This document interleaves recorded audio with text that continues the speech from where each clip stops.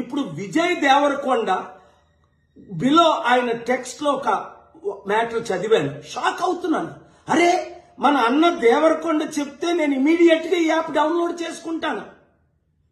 అలాగే బాలకృష్ణ అట, మంచి లక్ష్మి అట, ఇలాంటి వారు 25 మంది ఇప్పుడు అరెస్ట్ అవ్వబోతున్నారు.